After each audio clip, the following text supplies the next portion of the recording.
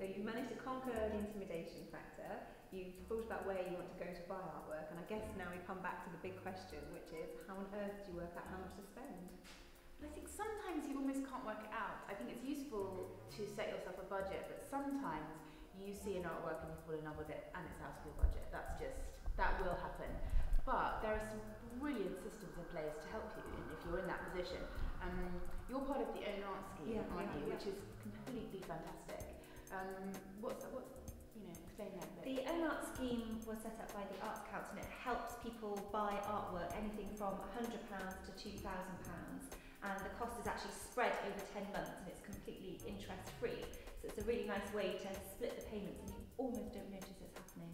And you can have more than one on the go at the same time. So if there was a couple of pieces that you wanted to buy and you wanted to have them all spread over the 10-month loan period, then that's absolutely fine. Some people don't always want to use Own Art, but they want to pay in instalments, and that's something we can be very accommodating as a gallery for them as well. A couple of people I spoke to in my book, in the collectors chapter, that's what they've done. Their galleries weren't part of the Own Art scheme, but they'd spoken to them and said, I must have this piece. I can't afford it. Can I buy, pay for half of it now and then half in another couple of months and then collect the artwork, or in quarterly instalments or whatever.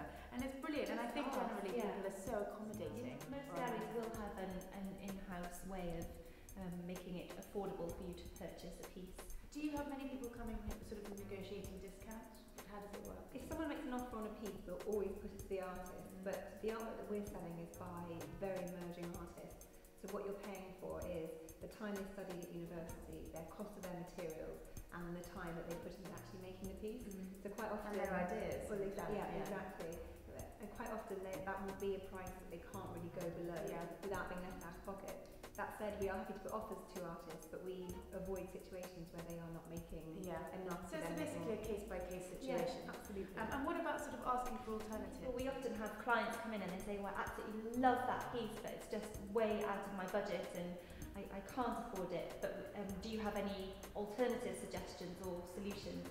And there will always be something that we can suggest, and most galleries will always have alternatives. Maybe it's a print or a sketch or something in a similar style but by a different artist, and there will always be alternatives, and it's just building up that relationship with the gallery and getting to know the artist that they work with and the whole range of artwork that they can present to you.